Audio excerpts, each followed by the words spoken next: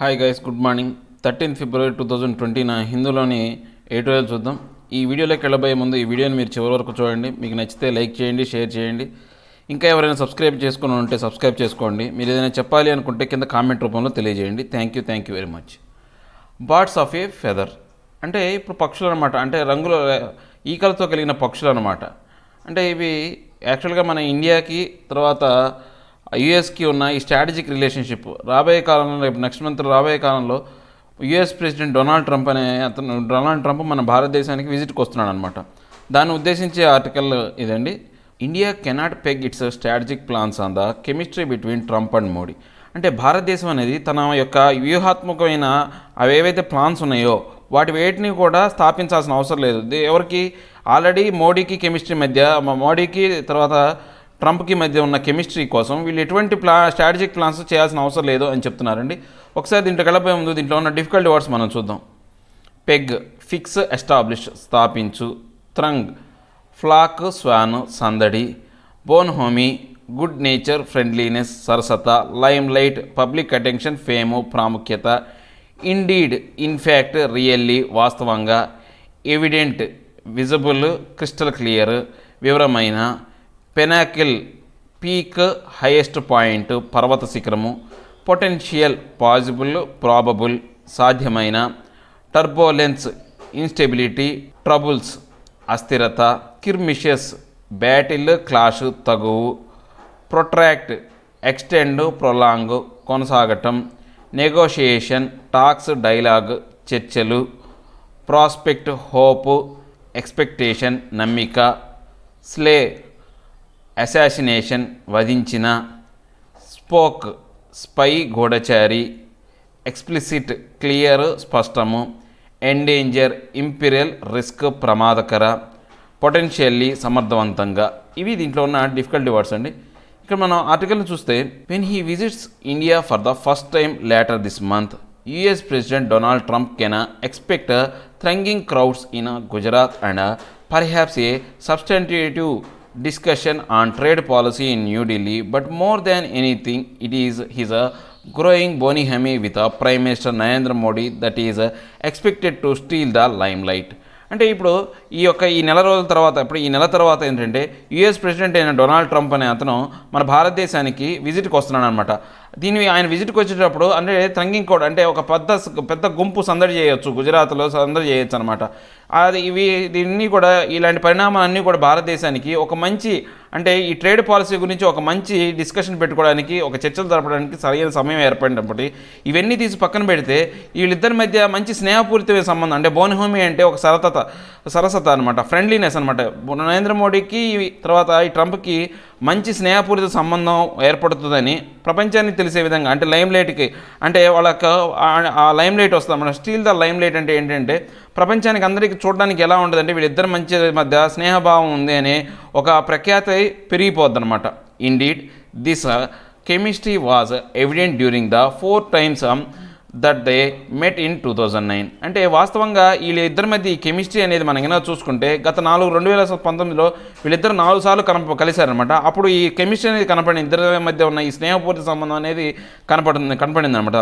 The pinnacle of this encounter for mister Modi was undoubtedly the public relations victory that he won when Mr. Trump graced the Howdy Modi event in Houston before some 50,000 Indian Americans. అంటే ఇప్పుడు మనం ఏమైనా చూసుకుంటే ఏంటంటే ఇక్కడ Pinnacle అంటే ఒక పర్వత శిఖరం, మనం బాగా పీక్గా చెప్పుకోవాలి అంటే ఏంటంటే ట్రంప్ ఏం చేశాడంటే ఈ హోడీ మోడీ ప్రోగ్రామ్ అని చెప్పేసి హోస్టన్లో ఒక ప్రోగ్రామ్ పెట్టారు. అక్కడ 50,000 మంది అమెరికన్ ఇండియన్స్ అనేవాళ్ళు అటెండ్ అయ్యారనమాట. సో దానివల్ల అక్కడ ఆయన యొక్క ఖ్యాతి పెరిగిపోయింది. చూడడానికి ఎలా ఉంది, మోడీకి ఫేవర్గా ఉండేసరికి వీళ్ళందరూ మోడీకి ఆల్రెడీ ఈ యొక్క ఇండియాలో మంచి ప్రజాదరణ ఉంది కాబట్టి ఆయనకు కూడా అక్కడ ప్రజాదరణ పెరిగిపోయిందనమాట ఈ యొక్క హోడీ మోడీ ప్రోగ్రామ్ ద్వారా.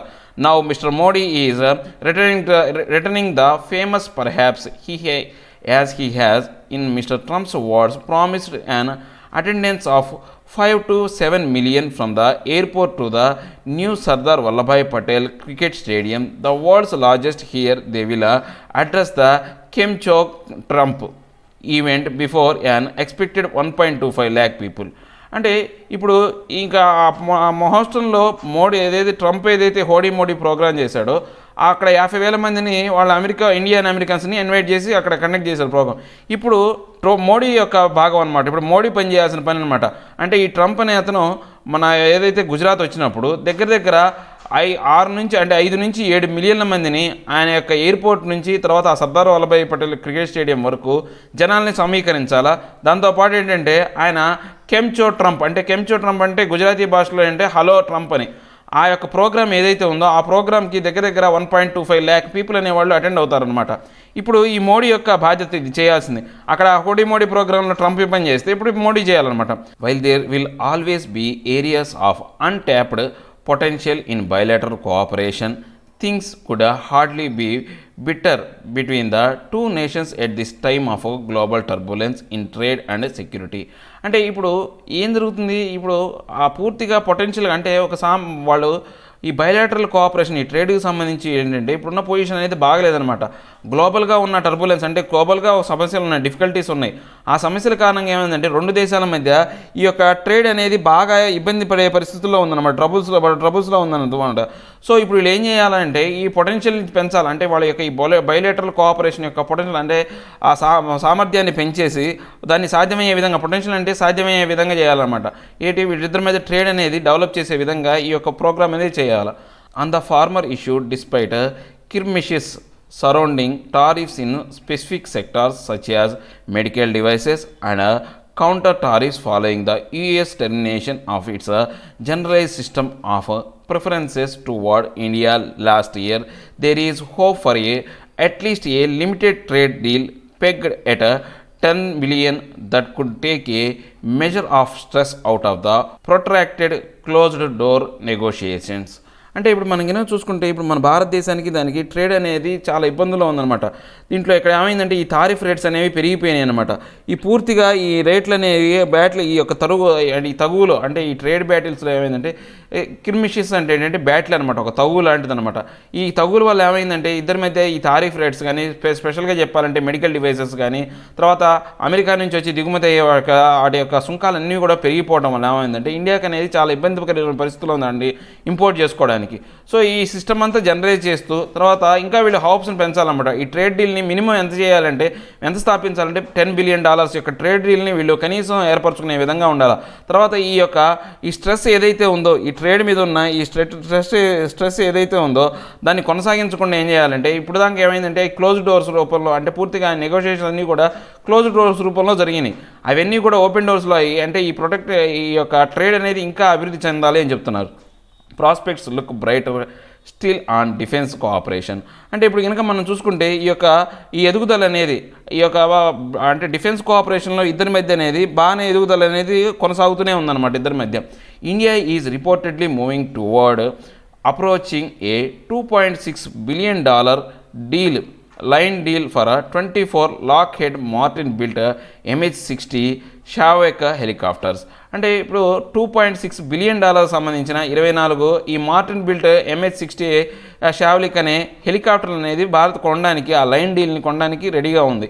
An agreement to buy a $1.867 billion integrated air defense weapons system is also on the card. అంటే దాంతోపాటు ఇంకా ఏంటి $1.867 billion సంబంధించిన ఏదైతే ఈ డిఫెన్స్ వెపన్స్ ఏవైతే ఉన్నాయో వాటిని కూడా కొనడానికి భారతదేశం కొనడానికి రెడీగా ఉందన్నమాట. అది అంటే ప్రపోజల్లో ఉందన్నమాట. Not with standing this slay of positive if incremental cooperation advances, it is the deeper fault lines across the two countries' domestic politics that could in long term impact the prospects for smooth cooperation in the bilateral space. అంటే ఇప్పుడు మనం కనుక చూసుకుంటే ఈ యొక్క provision అన్నీ కూడా అంటే ఇదంతా కూడా ఈ పాజిటివ్నెస్ అనేది ఇద్దరి మధ్య ఉన్న ఈ సత్సంబంధాలు అనేవి పూర్తిగా దెబ్బతిన్నాయి. స్లే అంటే వధించడం అనమాట, అంటే పూర్తిగా నాశనం అయిపోయాయి అనమాట. ఈ వాటిని పెంచుకుంటూ ఏం చేయాలంటే కోఆపరేషన్గా అంటే ఇద్దరు కూడా ఒకరికొకరు తోడ్పడుతూ ముందుకు సాగాలి. It is a deeper fault lines across the two countries domestic politics that could. అంటే ఇప్పుడు ఇక్కడ డీపర్ ఫాల్ట్ ఇక్కడ చాలా ముఖ్యంగా చెప్పుకోవాల్సిన ఫాల్ట్ ఏంటంటే మనకు అక్కడ డొమెస్టిక్ పాలిటిక్స్ అనమాట. అంటే భారతదేశంలో కానీ లేదా యూఎస్లో కానీ అంతర్గతంగా రాజకీయాలు ఏవైతే ఉన్నాయో అవే చాలా ఫాల్ట్లో ఉన్నాయన్నమాట. ఇన్ లాంగ్ టర్మ్ ఈ రాబోయే కాలంలో ఏమవుతుందంటే ఈ ఇంపాక్ట్ అనేది అంటే రాబోయే కాలంలో ఈ అంతర్గత రాజకీయాలు అనేవి ఏమవుతుందంటే ఈ బయలాటరల్ స్పేస్ని పెంచే విధంగా ఒకళ్ళనొకళ్ళ కోఆపరేషన్ అనేది తగ్గించుకునే విధంగా రాబోయే కాలంలో జరగవచ్చు అని చెప్తున్నాను అనమాట. For instance, the Indian government's recent policy shift regarding the special status for Kashmir as well as the Citizenship Amendment Act, the National Registration of Citizens and the National Population Register have sparked some US Democrats including senators and lawmakers in the House of Representatives. అంటే ఇప్పుడు ఏమైంది, ఈ యొక్క మన భారతదేశంలో జరిగిన పరిణామాలు ఏవైతే ఉన్నాయో అంటే కాశ్మీర్ యొక్క 370 ఆర్టికల్ రద్దు చేయడం కానీ, తర్వాత సిటిజన్షిప్ అమెండ్మెంట్ యాక్ట్ కానీ, నేషనల్ రిజిస్ట్రేషన్ ఆఫ్ సిటిజన్ కానీ, నేషనల్ పాపులేషన్ రిజిస్టర్, ఇవన్నీ కూడా ఎలా ఉన్నాయంటే అక్కడ యూఎస్ డెమోక్రటిక్స్ ఎవరైతే ఉన్నారో వాళ్ళందరూ దీన్ని వ్యతిరేకించే విధంగా అంటే దీన్ని తప్పుపెట్టే విధంగా దీని మీద గూఢచర్య అంటే స్పోకడ్ అంటే ఏంటంటే గూఢచర్యం చేసే విధంగా అలాంటి పరిస్థితులు అనేవి ఏర్పడినాయి. అక్కడ పరిస్థితులు some have explicitly voiced concern about the impact in terms of India's commitment to remaining a tolerant pluralist democracy. కొంతమంది ఇంకా ఏం చేశారంటే అంటే స్పష్టంగా ఎక్స్ప్లిసిట్లీ అంటే స్పష్టంగా వాళ్ళ యొక్క గొంతులు వినిపించారనమాట. దేని గురించి మన భారతదేశంలో జరుగుతున్న ఆందోళన కన్సర్న్ అంటే ఆందోళనమైన పరిస్థితులు ఎలా ఉన్నాయంటే భారతదేశం అనేది అంటే సర్వమత సహనాన్ని పాటిస్తుందా, ప్లూరలిస్ట్ డెమోక్రటీ అంటే రకరకాల జాతుల వారు కలిసిన ఒక ప్రజాస్వామ్యంగా ఉంటుందా, అలానే కలిగి ఉంటుందా అని కొంతమంది కూడా క్వశ్చన్ చేసే పరిస్థితులు అంటే వాళ్ళ గొంతులు వెల్లువెత్తే విధంగా తయారైందనమాట ఉన్న పరిస్థితులు. In this context, if the November 2020 presidential elections put a Democrat in the White House, it could potentially impact some of the India's plans. అంటే ఇప్పుడు రేపు నవంబర్ 2020లో కూడా ప్రెసిడెన్షియల్ ఎలక్షన్స్లో ఈ డెమోక్రటిక్ పార్టీ అంటే ట్రంప్ మళ్ళీ తిరిగి గెలిచి ఒకవేళ ఆ వైట్ హౌస్లో అధికారం చేపట్టినప్పటికీ కొన్ని సామర్థ్యానికి సంబంధించిన ఏదైతే కొన్ని ఇంపాక్ట్స్ అనేవి మన భారతదేశం మీద మన భారతదేశం యొక్క ప్లాన్స్ ఏవైతే ఉన్నాయో వాటి మీద పడే అవకాశం ఉందన్నమాట ఈ యొక్క భారం అనేది. Even if Mr Trump wins a second term, deepening congressional opposition to India friendly White House policies could endanger bilateral prospects. అంటే ఇప్పుడు ట్రంప్ అనే అతను రెండోసారి గెలిచినప్పటికీ ఇప్పుడు ఏమవుతుందంటే అక్కడ ఉన్న ఎవరైతే ఉన్నారో అక్కడ కాంగ్రెషనల్ అపోజిషన్ అంటే అక్కడ ఎవరైతే ఉన్నారో సెనేటర్లు కానీ ఆ సభలో ఏంటంటే పూర్తిగా ఈ India friendly White house policy అనేది వాళ్ళు వ్యతిరేకిస్తారనుకోండి, అప్పుడు మన భారతదేశం యొక్క ఈ బయోలేటరల్ రిలేషన్షిప్స్ అనేవి ప్రమాదంలో ఎండేంజర్డ్ అంటే ప్రమాదంలో పడే స్థితిలో ఉందన్నమాట. అంటే వీళ్ళ యొక్క అభివృద్ధి అనేది ఈ రెండింటి మధ్య దేశాల మధ్య ఈ దౌత్యపరమైన అభివృద్ధి అనేది ప్రమాదకరంగా తయారయ్యే పొజిషన్లో ఉంటుంది, ప్రమాదంలో పడే పొజిషన్లో ఉంటుంది అనమాట. In this sense there are limits to how much India can peg its strategic plans on the personal chemistry between its leader and the US president. అంటే ఇలాంటి సమయంలో భారతదేశం అనేది ఎక్కువగా ఈ యొక్క స్ట్రాటజిక్ ప్లాన్ అంటే వాళ్ళ ఇద్దరి మధ్య స్నేహాన్ని స్థాపించడం కోసం అంటే కెమిస్ట్రీని మెయింటైన్ చేయడం కోసం అంటే భారతదేశం యొక్క లీడర్ అయినటువంటి మోడీకి యుఎస్ ప్రెసిడెంట్కి సంబంధించిన ఈ యొక్క ట్రంప్ యొక్క ఆ కెమిస్ట్రీని డెవలప్ చేయడం కోసం భారత్ ఇటువంటి స్ట్రాటజిక్ ప్లాన్లు అంటే పెగ్ అంటే ఏంటి స్థాపించాల్సిన అవసరం లేదు, అలా చేయాల్సిన అవసరం లేదు. ఎందుకంటే రాబోయే పరిణామాలు ఏమంటే వాళ్ళు అక్కడ వైట్ హౌస్లో ఆయన గెలిచినప్పటికీ కూడా అక్కడ వాళ్ళందరూ అపోజిషన్ ఉందన్నమాట. అక్కడ డెమోక్రటిక్స్ కానీ లేకపోతే ఆ సెనేటర్లు అందరూ కూడా మన భారతదేశం యొక్క అవలంబిస్తున్న విధానాల మీద వాళ్ళకి వ్యతిరేకత ఉంది. సో దానివలన ఇప్పుడు మనం అంత ఎక్కువగా ఫ్రెండ్లీగా ఉండాల్సిన అవసరం లేదు, లేదా స్ట్రాటజిక్ ప్లాన్ ఏమీ మెయింటైన్ చేయాల్సిన అవసరం లేదని చెప్తున్నారు అనమాట. నెక్స్ట్ ఆర్టికల్ చూసుకుంటే కనుక వెయిటింగ్ ఫర్ ద విన్నింగ్. ఈ వెయిటింగ్ ఫర్ ద విన్నింగ్ అనేది చెప్పేసి ఐర్లాండ్ గురించి అండి. ఇది ఐర్లాండ్లో ఉన్న ఇప్పుడు రాజకీయ పరిస్థితులు ఎలా ఉన్నాయి, అక్కడ ఓటింగ్ సిస్టమ్ ఎలా ఉంది దాని గురించి చెప్పే ఆర్టికల్. ఇది మీరు చదవండి ఒకసారి. పెద్దగా అంత అంటే నాకు అంత ఇంపార్టెంట్ అని అనిపించలేదు, ప్లస్ మీరు చదివినా కానీ ఈజీగా అర్థం అవుతుంది, సింపుల్ వార్డింగ్లో ఉంది. తర్వాత మనం నెక్స్ట్ కనుక ఆర్టికల్ చూసుకుంటే కనుక Trump's March and the Sanders factor. ఇది కూడా మనకు యూఎస్ సంబంధించిన రిలేషన్షిప్ సంబంధించింది అనమాట. అంటే అమెరికాలో ఉన్న ఆ యొక్క పరిస్థితులు ఎలా ఉన్నాయి, ఆ డెమోక్రటిక్ పరిస్థితులు ఎలా ఉన్నాయి అని చెప్పారు. ఇది కూడా ఓకే, మీరు చూడండి ఒకసారి ఈజీగా సింపుల్ వార్డింగ్లో ఉంది, ఈజీగా అర్థం అవుతుంది. మనం నెక్స్ట్ వచ్చేసి nutrition and the budgets fine print. అంటే మన భారతదేశం అనేది న్యూట్రిషన్ కోసం అనేది కొంత మనీని కేటాయిస్తారు అనమాట. అంటే బాలులకు మధ్యాహ్న పథకం కింద కానీ లేకపోతే పోషకాహార లోపం ఉన్న పిల్లలకి పోషకాహారాన్ని అందించడం కోసం బడ్జెట్లో కొన్ని ఎలొకేషన్స్ చేస్తారనమాట. దానికి సంబంధించిన ఆర్టికల్ అండి. ఇది చాలా మంచి ఆర్టికల్ మనకు. ఒకసారి ఈ ఆర్టికల్ చూద్దాం. While there are well equipped schemes to address malnutrition. అంటే మన భారతదేశంలో చాలా మంచి మంచి స్కీమ్స్ ఉన్నాయన్నమాట. అంటే ఈ మాల్ న్యూట్రిషన్ అంటే ఈ న్యూట్రిషన్ వాల్యూస్ తగ్గిపోవడానికి అంటే పోషకాహార లోపాన్ని కంట్రోల్ చేయడానికి చాలా మంచి స్కీమ్స్ అనేవి మన భారతదేశంలో ఉన్నాయన్నమాట. Funding and policy gaps are problem areas. అంటే ఇక్కడ ప్రాబ్లం ఎక్కడంటే ఫండింగ్ అనేది డబ్బులు గురించి, అంటే ఫండింగ్ అనేది డబ్బులు కేటాయింపులు కానీ లేకపోతే డబ్బులు వాడుకోవటం కానీ అయి ఉండొచ్చు. ఫండింగ్ అండ్ పాలసీ గ్యాప్స్ అంటే ఆ పాలసీలను నిర్వహించే విధానం ఏదైతే ఉందో ఆ గ్యాప్స్ అనేవి ఇప్పుడున్న ప్రాబ్లం ఏరియా అనమాట. ఈ మాల్ న్యూట్రిషన్ అనేది ప్రాబ్లం రావడానికి కారణం అవుతుందని చెప్తున్నారు. ఒకసారి ఆర్టికల్లోకి వెళ్ళబోయే ముందు దీంట్లో ఉన్న డిఫికల్టీ వర్డ్స్ చూద్దాం. Unprecedented, never done or known before, ఇంతకు పూర్వం సంభవింపని. హోలిస్టిక్, కంప్లీట్, సంపూర్ణ. డైలమా, ప్రాబ్లం, డిఫికల్టీ, అనిశ్చితి. కన్సర్న్, వర్రీ, ఆందోళన. ఎడాలసెంట్, టీనేజర్, యంగ్స్టర్, కౌమర. హార్టికల్చర్, గార్డెనింగ్, ఫ్లోరికల్చర్, ఉద్యాన కృషి. కన్వర్జెన్స్, యాక్సెప్టెన్స్, ఏకీభవించటం. ఎక్స్ప్లిసిట్, క్లియర్, స్పష్టము. యాస్పిరేషన్, డిజైర్, హోపు, కోరిక. ఇవి దీంట్లో ఉన్న డిఫికల్ట్ వర్డ్స్ అండి. A few months ago, the Global Hunger Index reported that India suffers from serious hunger, ranked 102 out of 117 countries, and that just a tenth of children between 6 to 23 months are fed a minimum acceptable diet. మనం global hunger index అనేది ఒక index అనేది release అయిందనమాట. ఆ రిపోర్ట్లో చూసుకుంటే కనుక మొత్తం 117 దేశాలు ఉంటాయి మన ప్రపంచం మొత్తం మీద. అంటే ఈ రిపోర్ట్లో పాలు పంచుకుంటే మన భారతదేశం అనే ర్యాంకింగ్ అనేది 102వ స్థానంలో ఉందన్నమాట. అంత తక్కువలో ఉంది. దాంట్లో మనం చూసుకుంటే కనుక అంటే అంటే 6 నెలల నుంచి 23 నెలల వయసు ఉన్న పిల్లలలో మనం కనుక చూసుకుంటే వాళ్ళు మంచి ఆహారం అనేది తీసుకునే వాళ్ళు 1/10 వంతు మాత్రమే ఉన్నారు. ప్రతి 100 మందిలో ఒక 10% మంది మాత్రమే మంచి పోషక విలువలు గల ఆహారాన్ని తీసుకుంటున్నారు వాళ్ళ డైట్లో అని చెప్పేసి ఆ రిపోర్ట్ చెప్పిందనమాట.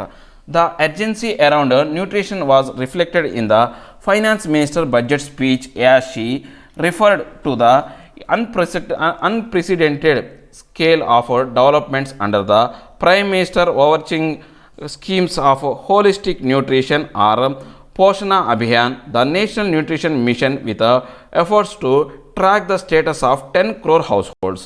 అంటే ఇప్పుడు ఫైనాన్స్ మినిస్టర్ ఇప్పుడు మనకు బడ్జెటరీ సమావేశాల్లో ఏం చెప్పారంటే ఈ యూనియన్ ఫైనాన్స్ మినిస్టర్ దీనికి సంబంధించి చాలా ఇంతకుముందు ఎప్పుడు జరగని అంశాల గురించి, అంటే ఇంతకుముందు ఎప్పుడు అన్ప్రెసిడెంటెడ్ అంటే ఇంతకుముందు ఎప్పుడు సంభవింపని విధంగా వీళ్ళు ఏంటంటే ఈ డెవలప్మెంట్ సంబంధించి తీసుకొచ్చారన్నమాట. ఏది prime minister over arching schemes of holistic nutrition అనే ఒక స్కీమ్ కింద, తర్వాత పోషణ అభియాన్ అనే వాటి కింద అంటే వీటి ఎక్కువ కేటాయింపులు కానీ అంటే దీంట్లో దగ్గర 10 కోట్ల మంది ఒక ఇల్లు అనేవి కవర్ అవుతాయి అన్నమాట ఈ యొక్క స్కీమ్స్ కింద. ప్లాన్ అండ్ ఎలొకేషన్ అంటే ఇప్పుడు ఎలా ప్లాన్ చేశారు, దానికి వాళ్ళు ఎలా కేటాయింపులు ఇచ్చారనే దాని గురించి చెప్తున్నారు. There are multiple dimensions of malnutrition that include calorific deficiency, protein hunger and micronutrient deficiency. అంటే ఇప్పుడు మనం కనుక ఈ యొక్క మాల్ న్యూట్రిషన్ గురించి అంటే పోషకాహార లోపం గురించి మనం మాట్లాడుకోవాలంటే చాలా రకాలైన అంశాలు ఉంటాయి అన్నమాట. ముఖ్యంగా మనం చెప్పుకునే అంశాలు ఏంటంటే కెలోరిఫిక్ డెఫిషియన్సీ అంటే మనం ఇన్ని క్యాలరీస్ తీసుకోవాలని ఉంటుందన్నమాట. ఆ క్యాలరీస్ సరిగ్గా తీసుకోకపోవటం, తర్వాత ప్రోటీన్ హంగర్ ప్రోటీన్ల లోపం కావచ్చు, మైక్రో న్యూట్రియంట్స్ మనకు న్యూట్రియన్ సంబంధించి కొన్ని డెఫిషియన్సీస్ ఉంటాయి అన్నమాట. న్యూట్రిషన్ ఫుడ్ అలాంటి సంబంధించిన డెఫిషియన్సీ ఈ 3 ఎక్కువగా మనం వీటినే కౌంట్ చేస్తాం అన్నమాట. An important approach to address nutrition is through agriculture. అంటే ఇప్పుడు ఈ న్యూట్రిషన్ గురించి మనం మాట్లాడాలి అంటే ఈ మాల్ న్యూట్రిషన్ గురించి మనం మాట్లాడాలంటే ఎప్పుడైతే మనం వ్యవసాయం గురించి మాట్లాడతామో అప్పుడు ఆటోమేటిక్గా దీని గురించి మనం అడ్రస్ చేయొచ్చు, దీని గురించి మాట్లాడవచ్చు అనమాట. The Bharatiya Poshan Kisan Kosh which was launched in 2019 by Minister for Women and Child Development Smriti Irani and Microsoft founder Bill Gates is a recent attempt to bridge this gap. అంటే ఇప్పుడు ఈ అగ్రికల్చర్కి ఈ మాల్ న్యూట్రిషన్కి ఉన్న గ్యాప్ని రీఫిల్ చేయడానికి ఏం చేశారంటే భారతీయ పోషణ్ కృషి కోష్ అనే ఒక కొత్త స్కీమ్ని 2019లో minister for women and child development సంబంధించిన స్మృతి ఇరానీ, మైక్రోసాఫ్ట్ ఫౌండర్ అయినటువంటి బిల్ గేట్స్ ఇద్దరు కలిపి ఈ యొక్క దాన్ని స్టార్ట్ చేశారనమాట. ఇది ఈ గ్యాప్ వీళ్ళిద్దరు అంటే ఈ వ్యవసాయానికి ఈ న్యూట్రిషన్కి మధ్య గ్యాప్ని తగ్గించడానికి ఇది ఉపయోగపడుతుంది ఈ స్కీమ్ అనేది. Existing schemes can well address India mall nutrition dilemma. అంటే ఇప్పుడు ఈ యొక్క ఉన్న స్కీమ్స్ ఏవైతే ఉన్నాయో ఆ స్కీమ్స్ అన్నీ కూడా ఈ యొక్క పోషకాహార లోపంలో ఉన్న ఏదైతే ఈ డైలమాలు అంటే డిఫికల్టీస్ కష్టాలనే వాటిని బాగానే అడ్రస్ చేస్తున్నాయి అన్నమాట. ఇవన్నీ కూడా బాగానే అడ్రస్ చేస్తున్నప్పటికీ అంటే పూర్తిగా ఆ అనిశ్చితి ఏదైతే ఉందో ఈ ప్రాబ్లమ్స్ కానీ ఈ డిఫికల్టీస్ కానీ లేదా ఈ అనిశ్చితి అనేది ఏముందో ఇవి అడ్రస్ చేస్తున్నాయి అన్నమాట. However where are the gaps in addressing this concern. అంటే ఇప్పుడు ఈ యొక్క అడ్రస్ అంటే ఇవన్నీ అడ్రస్ చేస్తున్నాయి, కానీ ఈ గ్యాప్స్ ఎందుకు వస్తున్నాయి? ఇప్పుడు ఈ అడ్రస్ని చేయడానికి మధ్యలో మనకు కొన్ని గ్యాప్స్ అనేవి వస్తున్నాయి అన్నమాట. అవి ఎందుకు వస్తున్నాయి అనేది ఒక క్వశ్చన్ మార్క్ అయిపోయింది ఇప్పుడు అందరికీ. We analyse better budgetary allocation and expenditure in the previous year to understand more. అంటే ఇప్పుడు మనం ఎందుకు ఇలా ఇన్ని చేస్తున్నప్పటికీ ఈ గ్యాప్స్ ఎందుకు వస్తున్నాయని అర్థం చేసుకోవాలంటే ఏం చేయాలంటే బడ్జెటరీ ఎలొకేషన్స్ని ఆ ఎలొకేషన్స్ని వీళ్ళు ఎలా వాడారో పోయిన సంవత్సరం కనుక మనం కనుక చూసుకుంటే అనేది ఇవి అర్థమైపోద్ది అనమాట. First calorific deficiency. The Integrated Child Development Service ICDS scheme provides a package of services including supplementary nutrition and health education, health checkups and referral services addressing children, pregnant and lactic mother and adolescent girls, key groups to address community malnutrition and which also tackle calorific deficiency and beyond. అంటే ఇప్పుడు మనం కనుక first calorific deficiencyని కనుక మనం first కనుక పరిగణలోకి తీసుకుంటే ఇది ఒక ఇంటిగ్రేటెడ్ అనమాట. చైల్డ్ డెవలప్మెంట్ సర్వీస్ అనేది ICDS అనే ఒక స్కీమ్ కింద దీనికి సంబంధించిన అన్నీ కూడా ప్రొవైడ్ చేస్తున్నాం అనమాట. దీంట్లో ఏమేమి ఇంక్లూడ్ అయ్యి ఉన్నాయంటే సప్లిమెంటరీ న్యూట్రిషన్ ఒకటి, తర్వాత న్యూట్రిషన్ అండ్ హెల్త్ ఎడ్యుకేషన్ ఈ రెండు, తర్వాత హెల్త్ చెకప్స్, తర్వాత దాంతోపాటు రెఫరల్ సర్వీసెస్ అయినటువంటి ఆ చిల్డ్రన్ ఎవరైతే ఉన్నారో ఆ చిల్డ్రన్ని, తర్వాత ప్రెగ్నెంట్ ఉమెన్ని, తర్వాత లాక్టికేటింగ్ మదర్స్ అంటే పాలిచ్చే తల్లులు ఎవరైతే ఉన్నారో వాళ్ళు, అడాలసెంట్ గర్ల్స్ అంటే టీనేజర్స్ అంటారు, అంటే కోమార్ దశలో ఉన్న ఆడపిల్లల గురించి, ఇలాంటి కీ గ్రూప్స్ అన్నింటినీ కూడా ఈ యొక్క అడ్రస్ చేస్తూ ఈ కమ్యూనిటీ మాల్న్యూట్రిషన్ కమిటీ అనేది అడ్రస్ చేస్తూ వస్తుందన్నమాట. అండ్ దాంతోపాటు ఇదేంటంటే ఈ calorific డెఫిషియన్సీని కూడా ఇది దాని పరిధిని మించి అది కంట్రోల్ చేసుకుంటూ వస్తుంది అనమాట. For 2019-20, the allotment was 27,584.37 crore, but a revised estimation are 24,954.50 crore, which points to an underutilization of resources. అంటే యాక్చువల్గా 2019-20కి సంబంధించి దీనికి ఎంత కేటాయింపులు చేశారంటే 27,544.37 కోట్ల అనే అమౌంట్ని వీళ్ళు కేటాయించినప్పటికీ దీంట్లో ఎంత వాడారంటే రివైజ్డ్ కనుక మన ఎస్టిమేషన్లో కనుక చూసుకుంటే అంటే వాడింది ఎంత అంటే 24,954 కోట్లు మాత్రం, అంటే దగ్గర 2,500 కోట్లు అనేవి వాడకుండా అలా పక్కన పెట్టేశారు ఈ అమౌంట్ని. ఇదే పాయింట్అవుట్ చేయడానికి అంటే ఈ అండర్ యూటిలైజేషన్ అంటే ఉన్న రిసోర్సెస్ని వాడుకోలేకపోవడంలో ప్రాబ్లం అయిందనమాట. The allocation this year is marginally higher, but clearly the emphasis needs to be on implementation. అంటే ఇప్పుడు ఈ సంవత్సరం కనుక కేటాయింపులు చూస్తే పోయిన సంవత్సరం కన్నా ఎక్కువనే కేటాయించారు. మనం ఏమైనా చూసుకుంటే పోయిన సంవత్సరం కన్నా ఎక్కువ కేటాయింపులు జరిగినప్పటికీ పోయిన సంవత్సరం కేటాయించిన అమౌంట్ వాడలేదు, మరి ఇప్పుడు ఇంకా ఎక్కువ కేటాయించారు. ఇప్పుడు ఈ ఇంప్లిమెంటేషన్ అనేది ప్రాబ్లం అనమాట. Another pathway to address hunger is the mid day meal schemes to enhance nutrition of school children. అంటే ఇప్పుడు మనం కనుక ఇంకొక పద్ధతి ఏంటి అంటే ఈ మాల్ న్యూట్రిషన్ని కంట్రోల్ చేయడానికి ఇంకో పద్ధతి ఏంటి అంటే ఈ న్యూట్రిషన్ చేయడానికి స్కూల్ చిల్డ్రన్కి మిడ్ డే మీల్స్ అనమాట, మధ్యాహ్న పథకం కింద వాళ్ళకి ఆహారం పెట్టడం అనేది. Here to the issue is not with allocation but with expenditure. కానీ ఇక్కడ కూడా మనం చూసుకుంటే ఈ యొక్క కేటాయింపులు ఎటువంటి సమస్య లేదు, కానీ దాన్ని ఖర్చు చేసే విధానంలోనే మాత్రమే సమస్య ఉందన్నమాట. The 2019-20 budget allocation was 11,000 crores and revised estimation are only 9,912 crores. 2019-20 సంబంధించిన కేటాయింపులు అనేవి 11,000 కోట్లు ఉంటే దాంట్లో 9,912 కోట్లు మాత్రమే వీళ్ళు ఇప్పుడు యూటిలైజ్ చేసుకున్నారన్నమాట, అంటే వీళ్ళు ఖర్చు చేశారు. The second is protein hunger. మనం రెండో అంశం ఇంకా ఇందాక ఏం చెప్పేసాము క్యాలరిక్ అంటే డిఫిషియన్సీ చెప్పుకున్నాం. ఇప్పుడు రెండోది వచ్చేసి ప్రోటీన్ హంగర్ అనేది. Pulses are a major contributor to address protein hunger. ఇప్పుడు మనకు ఆ తృణధాన్యాలు ఏవైతే ఉన్నాయో అంటే పప్పులు ధాన్యాలు అవన్నీ కూడా ఈ ప్రోటీన్ హంగర్ని ఈ ప్రోటీన్ యొక్క లోపాన్ని తగ్గించాలి అంటే అవి ఎక్కువ వాడకంలో ఉండాలి. However, a scheme for state and union territories aims to reach pulses into welfare schemes, midday meal, public distribution system, ICDS, has a revised estimation standing at just 370 crore against 800 crore allocation in the 2019 and 20 budget. అంటే ఇప్పుడు మనం కనుక చూసుకుంటే ఈ state గవర్నమెంట్లో union టెరిటరీకి సంబంధించి వీళ్ళు ఏం చేశారంటే ఈ పల్సెస్ సంబంధించి ఏ వెల్ఫేర్ స్కీమ్స్ కింద వీటిని డిస్ట్రిబ్యూట్ చేయాలని చూశారు. మిడ్ డే మీల్స్ కింద అయితేనేమి, పబ్లిక్ డిస్ట్రిబ్యూషన్ సిస్టమ్ కింద అయితేనేమి, తర్వాత ఇందాక మనం చెప్పుకున్న ICDS ప్రోగ్రామ్ ద్వారా అయితేనేమి ఇవి చేయాలనుకున్నారు. మొత్తం కేటాయింపులు 800 కోట్లు జరిగితే దాంట్లో 370 కోట్లు మాత్రమే వాడారు. అంటే 530 కోట్లు అనేవి అలా నిరుపయోగంగా, 430 కోట్లు అనేవి అలా నిరుపయోగంగా వాడకుండా అలా ఉండిపోయాయి అన్నమాట.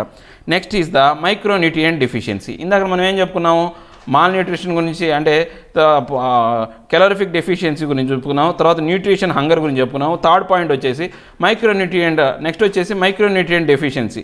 ఇప్పుడు the horticulture machine can be one of the way to address the micronutrient deficiency effectively, but here to implementation is low.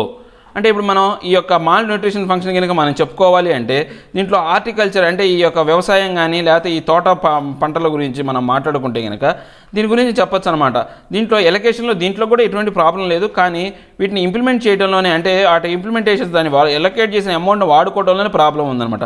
Revised estimation for 2019-20 stand at 1583.50 crores against an allocation of 2225 crores. అంటే మొత్తం 2225 కోట్ల రూపాయల అమౌంట్ని వీళ్ళు allocate చేస్తే దీంట్లో 1583.50 కోట్లను మాత్రమే వీళ్ళు యూటిలైజ్ చేసుకున్నారు 2019-20 సంవత్సరానికి సంబంధించి. In 2018-19 the government of India launched a nation millet mission which included renaming millets as a nutri cereals, as also launching year of millets in 2018-19 to promote nutritious cereals in a campaign made across the country. అంటే ఇక్కడ 2018లో కనుక 18-19 కనుక మనం చూసుకుంటే వీటిని ఈ mall nutrition సంబంధించి ఈ మిల్లెట్స్కి సంబంధించి ఏవైతే ఉన్నాయో న్యూట్రీ సెరల్స్ అనే ఒక ప్రాజెక్ట్ అనే దాన్ని లాంచ్ చేశారనమాట ఈ మిల్లెట్స్ సంబంధించి. సో దాని కింద ఏంటంటే ఆ పూర్తిగా కంట్రీ మొత్తం మీద కూడా దీని మీద అంటే క్యాంపెయిన్ చేశారనమాట. అంటే దీనిపై పబ్లిసిటీ అనేది ఇచ్చారనమాట. This could have been further emphasize in the budget as well as in the National Food Security Mission which include millets. అంటే దీంతో పాటు ఇంకా ఏం చేశారు, దీన్ని ఈ బడ్జెట్లో కూడా దీనికి సంబంధించిన కొన్ని ప్రోత్సాహకాలు పెట్టారు. తర్వాత న్యూట్రిషనల్ ఫుడ్ సెక్యూరిటీ మిషన్ కింద కూడా దాంట్లో కూడా దీని కింద దీన్ని డెవలప్ చేశారనమాట. However the NFSM stains to implementation allocation of 2000 crore during the 2019-20 as revised expenditure stand at 1776.90 crores. అంటే ఇప్పుడు దీంట్లో కూడా ఈ NFSM కింద అంటే నేషనల్ ఫుడ్ సెక్యూరిటీ మిషన్ కింద 2000 కోట్లు అనేవి కేటాయింపులు జరిగితే దీంట్లో 1776.90 కోట్లు మాత్రమే వీళ్ళు యూటిలైజ్ వాడుకున్నారన్నమాట. As millets have the potential to address micronutrient deficiency, the momentum given to these cereals are need to be sustained. అంటే ఇప్పుడు ఈ మాల్ న్యూట్రిషన్ అంటే మైక్రో న్యూట్రిషన్ కంట్రోల్ చేయాలంటే ఈ మిల్లెట్స్ ఏవైతే ఉన్నాయో ఈ చిరుధాన్యాలు ఏవైతే ఉన్నాయో వాటిని బాగా యూటిలైజ్ చేసుకున్నప్పుడు మాత్రమే ఇవి తగ్గిపోతాయి అనమాట. కానీ వీటికి సంబంధించి ఈ యొక్క అభివృద్ధి కోసం అంటే వీటిని సస్టైన్ అభివృద్ధి చేయడానికి సంబంధించి మూమెంటం అనేది మాత్రం సరిగా లేదు. Moving to Poshan Abhiyan. ఇప్పుడు మనం కనుక పోషణ అభియాన్ కనుక చూసుకుంటే కనుక the national nutrition mission which is a major initiative to address the mall nutrition and 72% of the total expenditure giving into information and communication technology enable real-time monitoring for development and setting up a common application software and expenditure on components under behavioral change and according to accountability initiation. అంటే ఇప్పుడు మనం కనుక చూసుకుంటే ఈ national nutrition mission కింద ఏంటంటే మేజర్గా initiation అనేది మాల్ న్యూట్రిషన్ సంబంధించి అడ్రస్ చేయడానికి మాల్ న్యూట్రిషన్ గురించి అడ్రస్ చేయడానికి దీంట్లో మొత్తం 72% ఎలొకేషన్ అనేవి ఈ ఇన్ఫర్మేషన్ అండ్ కమ్యూనికేషన్ టెక్నాలజీకి సంబంధించిన దాంట్లోనే రియల్ టైం మానిటరింగ్లోనే ఆ డెవలప్మెంట్కి సంబంధించిన దాంట్లోనే కేటాయింపులు చేసినప్పటికీ కూడా ఎన్ని చేసినప్పటికీ కూడా ఈ పూర్తిగా ఇవన్నీ అందటం అనేది కుదరట్లేదు అనమాట. అంటే దీని యొక్క అంటే గోల్స్ ఏవైతే ఉన్నాయో రీచ్ అవ్వడానికి సరిపోవట్లేదు. The focus of the bulk of the funding has been on technically, whereas actually it is a convergence that is crucial to address nutrition. అంటే ఇప్పుడు మనం కనుక చూసుకుంటే వీటికి ఎక్కువ మొత్తంలో ఈ యొక్క టెక్నాలజీ మీద మనం డబ్బులు కేటాయించినప్పటికీ కూడా వీటికి సంబంధించిన ఈ సరైన ఒక ఏకాభిప్రాయం అనేది మాత్రం రాలేదన్నమాట. వీటికి ఎలా యూటిలైజ్ చేయాలా, ఎట్లా కంట్రోల్ చేయాలి, అంటే వీటిని ఎట్లా డెవలప్ చేయాలనే దానికి సంబంధించి ఇంత టెక్నాలజీ వాడినప్పటికీ కూడా ఏకాభిప్రాయం అనేది లేకుండా పోయింది. The initiative also found on average that only 34% of the funds released by the government of India were spent from financial year 2017-2018 to 2019-2020 till November 30, 2019. అంటే ఇప్పుడు మనం కనుక చూసుకుంటే మనం ఒక యావరేజ్ చూసుకుంటే గవర్నమెంట్ అనేది ఈ ఫండ్స్ అనేవి ఎలా రిలీజ్ చేసిందో చూస్తే 2017-18కి సంబంధించి 2019-20కి సంబంధించి అప్పుడు ఎప్పటి వరకు నవంబర్ 30, 2019 వరకు యావరేజ్ చూసుకుంటే ఓన్లీ 34%, అంటే 100% కేటాయింపుల్లో మనం 34% మాత్రమే ఈ ఫండ్స్ అనేవి మనం యూటిలైజ్ చేసుకున్నాం అనమాట. ఇంపాక్ట్ ఆఫ్ లింకేజ్ స్కీమ్స్, ఇప్పుడు వీటి స్కీమ్స్ని ఏం చేశారంటే కొన్ని స్కీమ్స్కి అనే వాటిని లింకేజ్ చేశారు ఈ మాల్ న్యూట్రిషన్ సంబంధించి. మిగతా వాటి గురించి ఆ యొక్క ఇంపాక్ట్ అనేది ఎలా ఉందో చూద్దాం, లింకేజ్ చేసిన తర్వాత ఎలా ఉందో చూద్దాం. With underspending allocations for subsequent years will also be affected, limiting the possibility of increasing budget and focus on nutrition schemes. అంటే ఇప్పుడు మనం అండర్ స్పెండింగ్ అంటే తక్కువ ఖర్చు చేయడం కానీ, తర్వాత ఎలొకేషన్స్ అనేవి సబ్సిక్వెంట్ ఇయర్స్లో కూడా ఈ ఎఫెక్ట్ అవుతున్నాయని చెప్పేసి వీళ్ళు ఏం చేశారంటే దీనంతా కూడా ఆ పాసిబిలిటీ ఇంక్రీజ్ అంటే బడ్జెట్లో ఎక్కువ కేటాయింపులు చేసేసి ఈ ఫోకస్ అనేది న్యూట్రిషన్ స్కీమ్స్ మీద ఫోకస్ అనేది చేశారనమాట. అంటే పూర్తిగా ఎంతవరకు అయితే వీళ్ళు యూటిలైజ్ చేసుకోవాలో అంత యూటిలైజ్ చేసుకునేటట్లు వీళ్ళు ఈ ప్రోగ్రామ్ అనేదాన్ని డిజైన్ చేశారనమాట. Next is the agriculture nutrition link, అంటే ఇప్పుడు మనం వ్యవసాయాన్ని ఈ న్యూట్రిషన్ని ఒకదాని అనుసంధానం చేశారనమాట. Which is another piece of the puzzle. ఇలా చేయటం అనేది అందరికీ తికమక పెట్టే విధంగా, పజిల్ అంటే ఏంటి, తికమక పెట్టే విధంగా ఉందంట. While agriculture dominated the initial budget speech, the link between the agriculture and nutrition was not explicit. అంటే ఇప్పుడు మనం కనుక చూసుకుంటే ఇప్పుడు అగ్రికల్చర్ మన యొక్క బడ్జెట్ స్పీచ్లో ఫస్ట్ డామినేషన్ అనేది ఎక్కడ జరిగింది అంటే అగ్రికల్చర్ గురించి ఎక్కువగా మన కాన్సన్ట్రేషన్ అనేది ఉందన్నమాట. సో ఇప్పుడు అలాంటి దాన్ని లింకప్ చేయడం అనేది ఎవరికి స్పష్టమైన అవగాహన ఇవ్వలేకుండా పోయిందనమాట. This link is important because about 3/5 of the rural households are agriculture in India. National Sample Survey Office 70th round and malnutrition rate, particularly in rural areas, are high. National Family Health Survey 4. అంటే ఇప్పుడు మనం కనుక చూసుకుంటే ఈ యొక్క అగ్రికల్చర్కి ఎందుకు పెట్టాల్సి వచ్చిందంటే ఈ లింక్ అనేది మన భారతదేశంలో మొత్తం కూడా 3/5 5 భాగాల్లో 3 భాగాలు అనేవాళ్ళు ఈ రూరల్ హౌస్ అనేవాళ్ళు ఈ వ్యవసాయం మీద ఆధారపడి బతుకుతున్నారనమాట. ఏది నేషనల్ శాంపుల్ సర్వే మనకు 17th రౌండ్ ప్రకారం చూసుకుంటే వాళ్ళ లెక్క ప్రకారం అనేది మొత్తం 5 భాగాల జనాభా ఉంటే 3 భాగాల జనాభా అనేది పూర్తిగా అంటే 3/5 అనే జనాభా మొత్తం కూడా ఈ యొక్క అగ్రికల్చర్ మీద ఆధారపడినప్పటికీ కూడా వీళ్ళలోనే ఈ రూరల్ హౌస్లోనే ఈ రూరల్ ఏరియాలో అంటే అగ్రికల్చర్ వాళ్ళు పంట పండించుకునే వాళ్ళ దగ్గర కూడా ఈ యొక్క మాల్ న్యూట్రిషన్ వాల్యూ అనేది చాలా హైగా ఉందన్నమాట. ఏది నేషనల్ ఫ్యామిలీ హెల్త్ సర్వే 4 ప్రకారం చూసుకుంటే అంటే వాళ్ళు పంట పండించేవాళ్ళు పూర్తిగా సరిగ్గా తినలేకపోతున్నారు, వాళ్ళకే సరిగ్గా ఆహార లోపం ఉందని చెప్తున్నారు అనమాట. Therefore agricultural nutrition linkage schemes have potential for greater impact and need greater emphasize. అందువల్ల ఏమైందంటే ఈ అగ్రికల్చర్ న్యూట్రిషన్ ఒకదానికొకటి కలపడం వల్ల ఏమైందంటే ఒక మంచి అవకాశాలు అంటే మంచి పురోగతి ఇచ్చే విధంగా ఉందన్నమాట.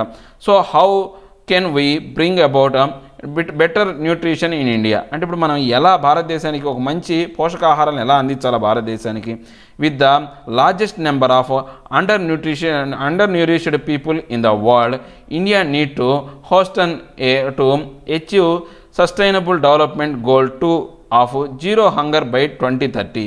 అంటే ఇప్పుడు మనం కనుక చూసుకుంటే ప్రపంచవ్యాప్తంగా ఈ వాళ్ళు మొత్తం కూడా ఈ అండర్ న్యూట్రిషన్ గురించి చాలా ఎక్కువ స్థాయిలో చర్చలు జరుగుతున్నాయి అనమాట.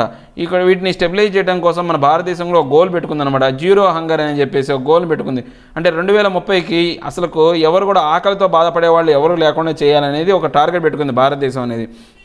The economic survey notes that India should give social attention, although the budget has not explicit split over nutrition in greater detail in many ways. అంటే ఇప్పుడు మనం ఎకనామిక్ సర్వే కనుక మనం చూసుకుంటే కనుక ఇది కూడా స్పెషల్ అటెండెన్స్ అనేది కానీ దేని గురించి బడ్జెట్ సంబంధించి పూర్తిగా వివరంగా ఏమీ చెప్పలేదన్నమాట, ఏమీ దీని గురించి సరిగా చెప్పలేదన్నమాట ఈ ఎకనామిక్ సర్వే కూడా చూసుకుంటే. The following are suggestion to move forward, అంటే కొన్ని మనం ఒక సూచనలు ఇస్తున్నాం అనమాట దీన్ని ముందుకు తీసుకోవడానికి. Focus on nutrition related interventions beyond digitisation, intensifying the convergence components of the Postal Abhiyan using the platform to bring all departments in one place to address the nutrition. అంటే ఇప్పుడు మనం ఏం చేయాలి అంటే ఈ యొక్క పోషకాహార లోపాలని ఎక్కువగా ఫుల్ఫిల్ చేయాలి అంటే కనుక మనం ఈ డిజిటలైజేషన్ మీద ఎక్కువగా ఆధారపడకూడదు అనమాట. దీని మీద ఆధారపడకుండా ఏం చేయాలి అంటే అందరికీ ఒక ఏకాభిప్రాయం అనేది వచ్చే విధంగా ఎవరు ఈ పోషక అభియాన్ అదంటే పోషణ అభియాన్ అనే సంస్థ అయితేనేమి చాలా వరకు మన గవర్నమెంట్ ప్లాట్ఫామ్స్ ఏవైతే ఉన్నాయో అంటే ఇలాంటి స్కీమ్కి సంబంధించిన అన్నిటికీ కూడా ఏకాభిప్రాయం తెచ్చి అన్నింటినీ ఒక ప్లాట్ఫామ్లోకి తీసుకురావాలన్నమాట.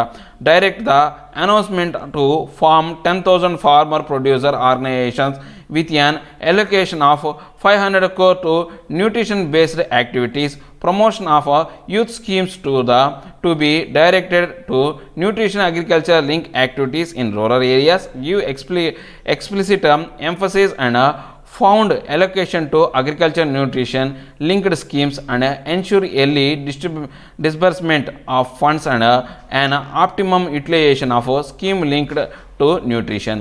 అంటే ఇప్పుడు దీంతో పాటు ఏం చేయాలి అంటే వీళ్ళు ఫార్మర్ అసోసియేషన్ని అంటే ఈ యొక్క ఆర్గనైజేషన్ని ఈ ఫార్మర్ ఎవరైతే ఈ యొక్క పంటలు పండిస్తారో ఒక 10,000 ఆర్గనైజేషన్స్ అనేవి వాటిని ఏర్పరచాలి. ఇదంతా 500 కోట్ల బడ్జెట్ కేటాయింపులతో వాళ్ళకి సంబంధించి ఈ న్యూట్రిషన్ బేస్డ్ అంటే న్యూట్రిషన్ సంబంధించి వాళ్ళకి అవగాహన కల్పించి అగ్రికల్చరల్ దాంట్లో వాళ్ళని ఇంప్లిమెంట్ చేయాలన్నమాట. న్యూట్రిషన్ వచ్చే ఆహార ఉత్పత్తులను వాళ్ళు తయారు చేసే విధంగా ఒక ఆర్గనైజేషన్ స్థాపించి వాటిని డెవలప్ చేయాలన్నమాట. సో దీనివల్ల ఏమవుతుంది, ఫండ్స్ అనేవి కరెక్ట్గా ఎలకేట్ చేయాలా, ఆ ఎలకేట్ చేసిన వాటిని స్కీమ్స్ని కరెక్ట్గా వాటికి ఫండ్స్కి లింకేజ్ చేస్తూ వాటిని కరెక్ట్గా ఫండ్స్ డిస్బర్స్మెంట్ అనేది అంటే ఇప్పుడు మనం ఫండ్స్ ఎలకేట్ చేస్తే సరిపోదు, అవి యూటిలైజ్ చేసుకుంటున్నారో లేదో కూడా చూసుకుంటూ ఆ మాల్ న్యూట్రిషన్ మీద వీళ్ళు కొంచెం కాన్సన్ట్రేట్ చేయాలన్నమాట. Nutrition goes beyond just food with economic, health, water sanitation, gender perspectives and social norms contributing to better nutrition. అంటే ఇప్పుడు న్యూట్రిషన్ కనుక మనం చూసుకుంటే కనుక ఓన్లీ ఇది ఆహారానికి సంబంధించిందే కాదు, ఎకానమీకి సంబంధించింది, మన భారతదేశం ఎకానమీకి సంబంధించింది, హెల్త్ ఆరోగ్యానికి సంబంధించింది, తర్వాత ఈ యొక్క పారిశుద్ధ్యానికి సంబంధించి వాటర్ శానిటేషన్ గురించి సంబంధించింది, అంటే జెండర్ పర్స్పెక్టివ్స్ అంటే అక్కడ లింగ భేదాలకు సంబంధించిన దాన్ని ప్రోత్సహించే విధంగా అంటే ఇద్దరికి సమానత్వం ఏర్పరిచే విధంగా, తర్వాత సోషల్గా సామాజిక పరంగా ఈ న్యూట్రిషన్ కాంపోనెంట్స్ వీటన్నిటి మీద ఆధారపడి ఉంటుంది ఈ యొక్క న్యూట్రిషన్ అనే దాని గురించి మనం కనుక చూసుకుంటే. This is why implementation of multiple schemes can contribute to better nutrition. అంటే ఇప్పుడు మనం అందుకోసమే మనం దీని మీద రకరకాల స్కీమ్స్ అనేవి ఇంప్లిమెంట్ చేయాలి ఈ యొక్క న్యూట్రిషన్ని మనం మెరుగుపరచడం కోసం.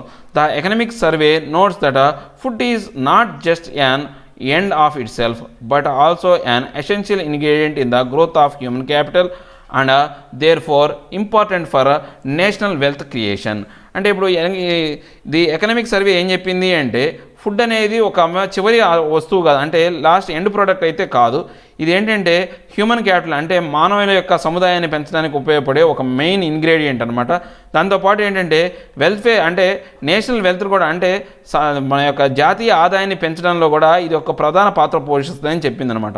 Mall nutrition effects cognitive ability, workforce days and health, impacting as much as 16% of the GDP, world food programme and world bank. అంటే ఇప్పుడు మనం కనుక మాల్ న్యూట్రిషన్ అనేది ఎంత ఎఫెక్ట్ చేస్తుందంటే అది సరిగా లేకపోతే కనుక ఏదైతే మొత్తం జీడిపి ఏదైతే ఉందో ప్రపంచ జీడిపిలో 16% అనేది ఈ యొక్క మాల్ న్యూట్రిషన్ లోపం వల్ల నష్టపోతుందన్నమాట. ఈ వరల్డ్ బ్యాంక్ అయితేనేమి వరల్డ్ ఫుడ్ ఫోరం అయితేనేమి ప్రోగ్రామ్ ప్రకారం చూసుకుంటే. In that sense while budget 2020-21 looks towards an aspirational India, fixing the missing pieces on the plate can make a difference not just to better nutrition but to build a wealthier nation too. అంటే ఇప్పుడు ఈ 2020-21 మనం కనుక budget కనుక చూసుకుంటే ఇది ఒక కోరికలతో ఆశావాహంతో ఉన్న భారతదేశం అనేది ఉందన్నమాట. ఏం చేయాలి వాళ్ళంతా కూడా ఈ సమస్యలన్నీ సాల్వ్ చేయాలి. ఏవైతే ప్లేట్లో మిస్ అవుతున్నాయో అంటే ఈ న్యూట్రిషన్ వాల్యూస్ ఏవైతే మిస్ అవుతున్నాయో వాటిని అన్నీ వాటిని అందించి ఏవైతే ఈ డిఫరెన్స్ ఉన్నాయో ఆ న్యూట్రిషన్ సంబంధించిన ఈ లోపాలు ఏవైతే ఉన్నాయో పూర్తిగా వాటిని ఎలిమినేట్ చేసి మంచి వెల్దియర్ ఇండియా, ఒక మంచి ఆరోగ్యకరమైన లేకపోతే శక్తివంతమైన వెల్దియర్ డబ్బులు బాగా ఆర్థికంగా అభివృద్ధి కలిగిన దేశంగా తయారవ్వాలి. అంటే ఆరోగ్యపరమైన కాదు ఆర్థికంగా కూడా ఎదిగే విధంగా తయారవ్వాలి అని చెప్తున్నారు అనమాట. ఇదండి ఈ ఆర్టికల్. మన నెక్స్ట్ పేజీలో ఇంకో ఆర్టికల్ ఉందండి. అంటే ఇవి నెక్స్ట్ పేజ్లో మంచి మంచి ఆర్టికల్స్ ఉన్నాయి దీనికి సంబంధించి, డేటా మొబిలిటీకి సంబంధించి. తర్వాత మనకు ఈ ఆస్కార్ అవార్డ్స్ అనేవి ఇచ్చారు. ఈ ఆస్కార్ అవార్డ్స్లో పారాసైట్, పావర్టీ అండ్ ప్రైవసీ అనేది కూడా, అంటే ఈ యొక్క పారాసైట్ అనే దానికి మూవీకి వీళ్ళు ఆస్కార్లో విన్నింగ్ ప్రైజ్ వచ్చిందనమాట. ఆ సినిమాకి సంబంధించిన కొన్ని అంశాలు అనేవి మన భారతదేశంలో ఉన్న ఏదైతే ఈ అన్టచబిలిటీ వ్యవస్థను ప్రతిబింబించే విధంగా ఉన్నాయి అని చెప్పి ఆర్టికల్ అండి. ఒకసారి మీరు చదవండి, ఈజీగా ఉంటుంది. నేను ఇక్కడ కాశ్మీర్ గురించి ఏమైనా ఆర్టికల్ గురించి చెప్తాను. In Kashmir abnormal is the new normal. అంటే ఇప్పుడు మాకు కాశ్మీర్లో పరిస్థితి ఎలా ఉంది అంటే అబ్నార్మల్గా ఉంది. అంటే సహజంగా లేదు పరిస్థితి అనేది, ఉండాల్సిన పరిస్థితి కన్నా చేతులు మితిమీరిపోయిన పరిస్థితి అనమాట. ఆ పరిస్థితే ఇప్పుడు నార్మల్ అనమాట. అంటే అలా ఉండటమే ఇప్పుడు నార్మల్. అంటే అసహజమైన పరిస్థితులే ఇప్పుడు సహజమైన పరిస్థితులుగా ఉన్నాయి అని చెప్పే ఆర్టికల్ అనమాట. అంటే అక్కడ కాశ్మీర్లో మంచి పరిస్థితులు లేవు, అయినా కానీ సహజంగా ఉందని చూస్తున్నాం. అంటే మంచి పరిస్థితులు లేకపోవటమే సహజం అని చెప్పే ఆర్టికల్ అనమాట ఇది. Placing senior leaders under detention robs them of the opportunity of curing the normalcy pitch. అంటే ఇప్పుడు ఇక్కడ ఏం చేస్తున్నారు, అక్కడ ఎవరైతే పొలిటికల్ లీడర్స్ ఎవరైతే ఉన్నారో, సీనియర్ లీడర్స్ ఎవరైతే ఉన్నారో వాళ్ళందరినీ కూడా డిటెన్షన్ అంటే మనకు తెలుసు కదా, నిర్బంధంలోకి గురి చేస్తున్నారు అనమాట. ఈ నిర్బంధంలోకి గురి చేయడం అనేది ఎలా ఉందంటే వాళ్ళ యొక్క రాజకీయ అవకాశాలు ఏవైతే ఉన్నాయో వాటిని నాశనం చేసే విధంగా, అంటే వాటిని క్యూరింగ్ అనమాట, నాశనం చేసే విధంగా ఉన్నాయన్నమాట. అంటే వాటిని దోచుకునే విధంగా. Rob them of the opportunity of curing the normalcy pitch. అంటే వాళ్ళని ఈ నార్మల్సీ పిచ్ కింద ఏం చేస్తున్నారంటే వాళ్ళ యొక్క రాజకీయ లబ్ధి కానీ లేకపోతే రాజకీయ ఎదుగుదలని నాశనం చేసే విధంగా ఇక్కడ ఉన్న పరిస్థితులు అనేవి ఉన్నాయని చెప్తున్నారు అనమాట. దీంట్లో కలబోయే ఉందో దీంట్లో ఉన్న డిఫికల్టీ వర్డ్స్ మనం ఒక్కసారి చూద్దాం.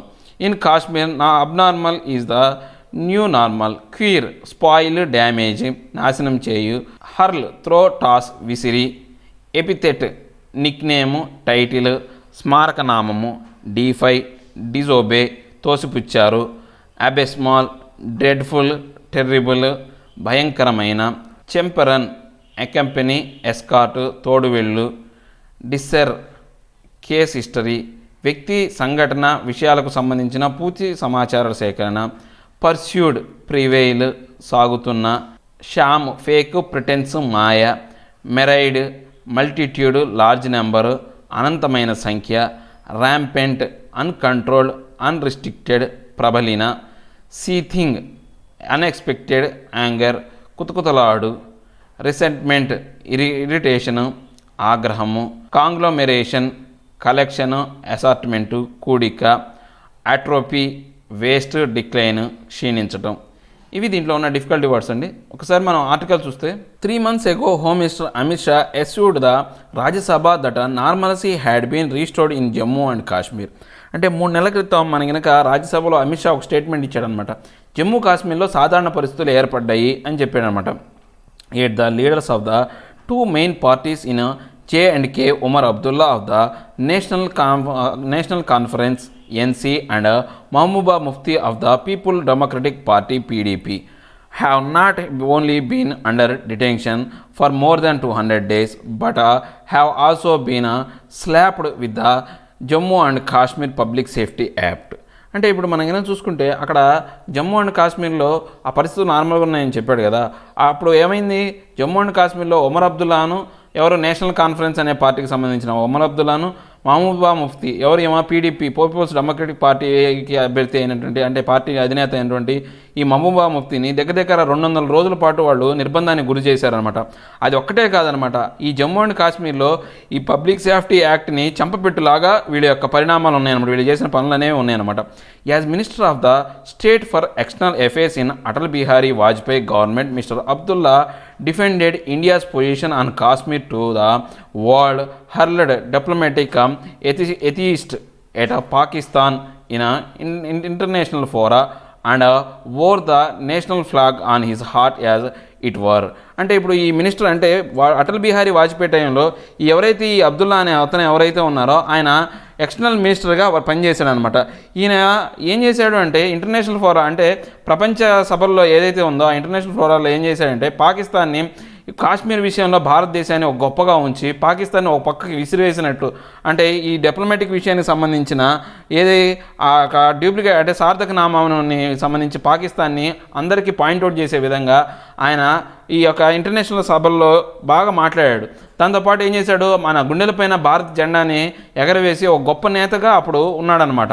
But now according to the public safety act dossier prepared by the Jammu and J&K administration, he stands accused of coddling militant and mobilizing the people of the Kashmir to defy Pakistan-backed militant and vote in elections. అంటే ఇప్పుడు మనకి అలాంటి వ్యక్తి ఇప్పుడు ఏమయ్యాడు అంటే, ఇప్పుడున్న దాని ప్రకారం పబ్లిక్ సేఫ్టీ యాక్ట్ కింద ఆయన్ని ఏం చేశారు అంటే, పూర్తిగా ఆ సంఘటనలకు సంబంధించిన అంటే ఏదైనా డోసర్ అంటే మనం ఇందాక చెప్పుకున్నాం కానీ వ్యక్తి కానీ సంఘటన కానీ విషయాలకు సంబంధించిన ఏదైతే పూర్తి ఆ ఇన్ఫర్మేషన్ మనం సేకరించే విధానం కింద ఆయన తీసుకొని ఏం చేశారు అంటే, అతను భారతదేశానికి కాకుండా పాకిస్తాన్కి అనుకూలంగాను పాకిస్తాన్ సంబంధించిన ఆ మిలిటెంట్ గ్రూపుల్ని ఆయన సపోర్ట్ చేసే విధంగానో, లేకపోతే ఆయనకి బ్యాక్ బోన్ లాగా ఉండే విధానంగానో, లేకపోతే అక్కడ ప్రజలను రెచ్చగొట్టే విధంగానో ఆయన్ని చిత్రీకరించి ఆయనపైన ఆ ముద్ర వేశారనమాట. Like mister Abdullah, miss Mufti has also been deemed anti national. ఇప్పుడు ఈ అబ్దుల్లా లాగానే కూడా మహబూబా ముఫ్తీని కూడా ఆమె ఒక యాంటీ నేషనల్ అనమాట, అంటే ఈ దేశానికి వ్యతిరేకంగా ఉండే ఒక మనిషిలాగా ఆమెను కూడా చిత్రీకరించారనమాట. Given that she ran J&K as chief minister with her party in alliance with the BJP for 3 years, it is very strange that the same BJP overlooked her leaning then. అంటే ఇప్పుడు మనం చూసుకుంటే ఈ మహబూబా ముఫ్తీ అనే వ్యక్తి ఆ లేడీ ఏం చేసిందంటే ఒక 3 సంవత్సరాల పాటు ముఖ్యమంత్రిగా పనిచేసింది. అక్కడ ఎవరి సపోర్టుతో, బీజేపీ సపోర్టుతో పనిచేసింది. అలాంటి బీజేపీనే ఆమెను పట్టించుకోకుండా పక్కన పడేసి ఆమెకి ఇలాంటి స్టేట్మెంట్ ఇవ్వడం అనేది విచిత్రంగా ఉందన్నమాట. అందరికీ ఆశ్చర్యాన్ని కలిగించే స్ట్రేంజ్గా అంటే వింతలాగా ఉందన్నమాట. Extending the shelf of normalcy, అంటే ఇప్పుడు ఈ నార్మల్సీని పెంచుకుంటూ అంటే నార్మల్సీ ఉంది అని చెప్తూ ఉన్నారు. ఎలా పెంచుతూ ఉన్నారో చూద్దాం. To show the world that the people of the J&K participated in election used to be the Indian government's primary goal. అంటే ఇప్పుడు అంటే ఇక్కడ నార్మల్గా ఉంది అని చూపించడానికి భారతదేశం ఏం చేస్తుందంటే, ఈ జమ్మూ అండ్ కాశ్మీర్లో ఎలక్షన్లు పెట్టి అక్కడ అందరి ప్రజలను కూడా అంటే ఆ ఎలక్షన్లో పాల్గొనే విధంగా చేసి చేయడమే ఈ యొక్క ఇండియా యొక్క ప్రైమరీ గోల్ అనమాట. The government used to go out of it's way to obtain diplomatic certification for tournaments in elections as a measure of the genuineness of the exercise. అంటే ఇప్పుడు ఈ గవర్నమెంట్ అనేది ఈ డిప్లొమాటిక్ సర్టిఫికేట్ కోసం అంటే ఈ దౌత్యపరమైన certificate కోసం ఈ ఎలక్షన్లు కండక్ట్ చేసి దాంట్లో ఎంతవరకు జెన్యూన్నెస్ ఉంది అనేది ప్రూవ్ చేసుకోవాలని చూస్తుంది అనమాట. The usually abysmal turnouts made it all the more necessary for the such measures to be taken. అంటే ఇప్పుడు వీళ్ళు దీనికి సంబంధించి ఈ అబిస్మాల్ టర్న్అవుట్స్ అంటే భయంకరమైన అంశాలని కొన్ని చర్యలు అనేవి వీళ్ళు తీసుకున్నారు అనమాట. అబిస్మాల్ అంటే భయంకరమైన అని. An election in J&K is not going to take place anytime soon, but proving that such an election is genuine when it is held will still be the main aim of the government. అంటే ఇప్పుడు మనకున్న పరిస్థితుల్లో, ఇప్పుడున్న జమ్మూ కాశ్మీర్ పరిస్థితుల్లో election అనేవి ఇప్పుడప్పుడే జరగవు. కానీ వీళ్ళు ఏం చేస్తున్నారంటే ఈ ఎలక్షన్లు జరిగే చేసి వాళ్ళు ప్రూవ్ చేసుకోవాలని చూస్తున్నారు అనమాట. వాళ్ళ యొక్క గవర్నమెంట్ మెయిన్ ఎయిమ్ ఏంటంటే ఈ యొక్క జెన్యూన్గా జరుగుతున్న ఎలక్షన్ జెన్యూన్ అని చెప్పడానికి వాళ్ళు ప్రూవ్ చేసుకోవాలని చూస్తున్నారు అనమాట. The study chaperoning of foreign diplomats in to the new union territory is an indication of this. అంటే దీనికి సంబంధించి వీళ్ళు ఏంటంటే ఛాంపరైనింగ్ అంటే తోడు పెట్టుకొని పోవడం అనమాట. ఈ ఫారెన్ డిప్లొమాట్స్ అనేవాళ్ళు మన యూయూకి సంబంధించిన కొంతమంది ఎవరైతే ఆ పార్లమెంటేరియన్స్ అనేవాళ్ళు వచ్చారు. సో ఇలా ఒక్కొక్క కొంతమందిని తీసుకొని వాళ్ళని తోడు పెట్టుకొని వెళ్ళటం అనేది ఈ యూనియన్ టెరిటరీలో ఇలాంటి పరిస్థితుల్ని చూపించే విధంగా అంటే నార్మల్సీ ఉంది అని వాళ్ళు ప్రూవ్ చేసుకోవడానికి ఒక అర్థం పట్టే విషయాలు అనమాట. With every lot of them that enters the territory the shelf of the normalcy in Jammu and Kashmir is extended. అంటే ఇప్పుడు ప్రతిసారి వీళ్ళు వచ్చినప్పుడల్లా కూడా ఆ నార్మల్సీ పొజిషన్ అనేది దూరం అవుతూనే ఉందన్నమాట. సెల్ఫ్ ఆఫ్ నార్మల్సీ అనే పొజిషన్ అనేది దూరం అవుతూనే ఉంది ఏది జమ్మూ అండ్ కాశ్మీర్లో.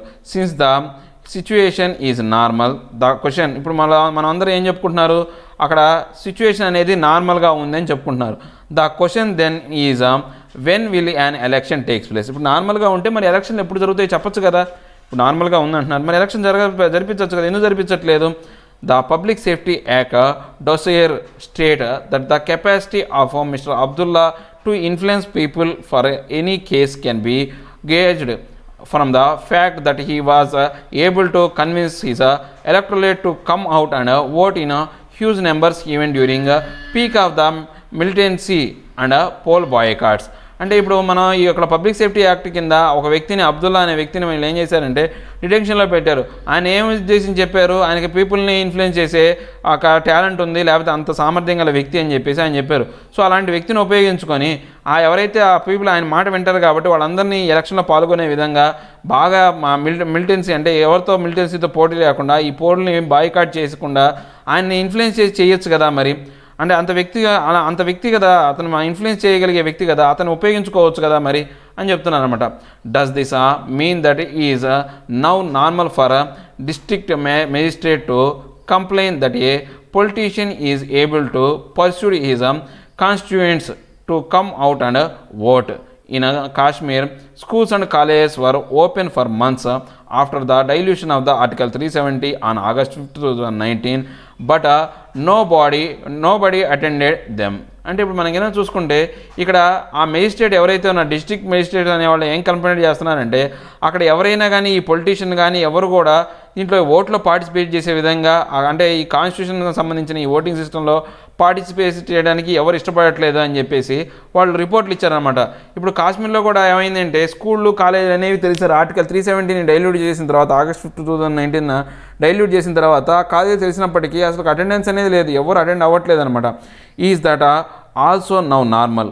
ఆయన ఇన్ని జరుగుతున్నప్పటికీ కూడా ఇప్పుడు మళ్ళీ ఏం చెప్తున్నారు, అక్కడ నార్మల్గానే ఉంది అని చెప్తున్నారు అనమాట.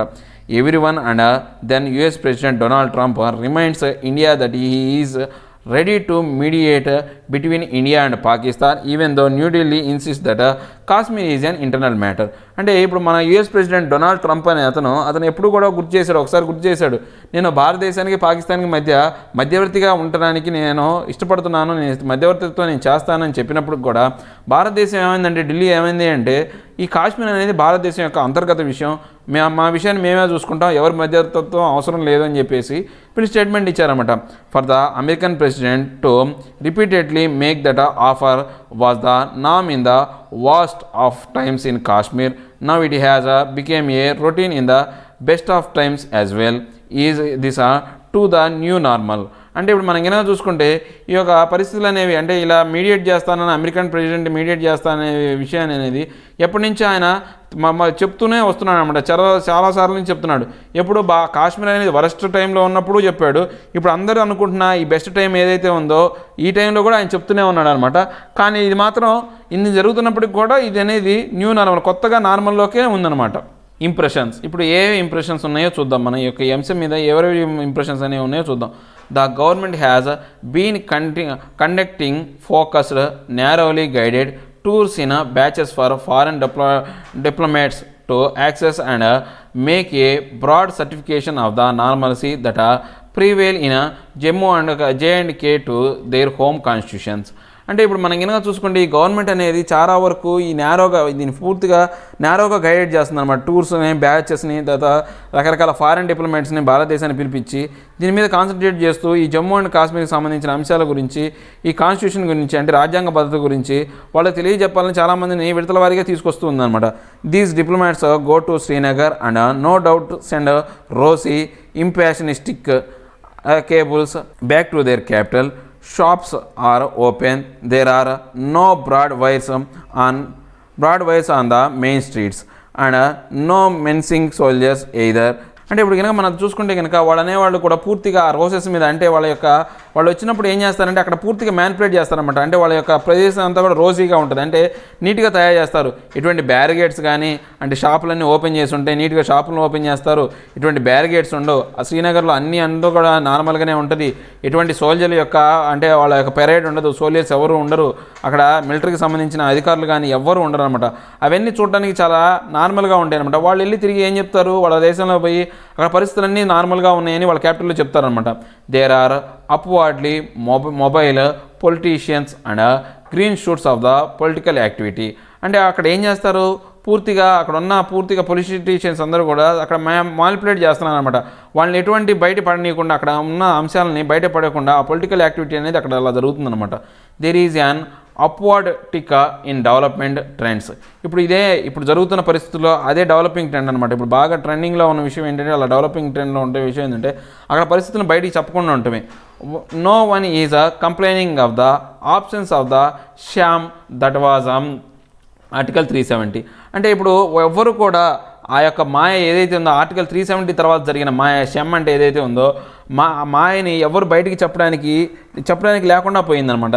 There are myriad plans with timelines and bar charts and plenty of projects in the pipeline. అంటే ఇక్కడ చాలా లెక్కలేని, మెరైడ్ ఏంటంటే లెక్కలేని అనమాట, ఒక అంతులేని లెక్కలేని ప్లాన్లు ఉన్నాయన్నమాట వీళ్ళ దగ్గర. ఏది బార్ చార్ట్స్ రూపంలో ప్లెంటీ ప్రాజెక్ట్స్ అనేవి ఇవన్నీ కూడా వాళ్ళకి ముందున్నాయన్నమాట ఇప్పుడున్న పరిస్థితుల్లో. Comparisons with the situation in the West Bank are definitely far fetched.